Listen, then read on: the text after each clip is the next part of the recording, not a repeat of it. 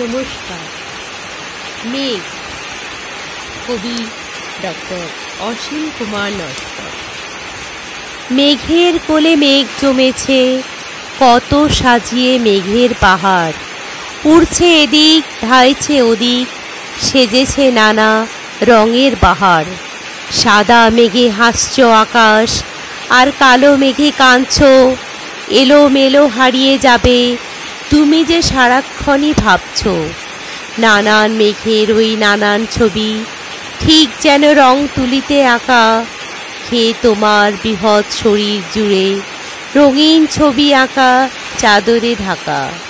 আকাশ জুড়ে উড়ে বেড়াও যখন টুকরো টুকরো হয়ে, যেন ঝাঁকে ঝাঁকে ওড়ে পাখি আমার মন ক্যামেরা লয়ে।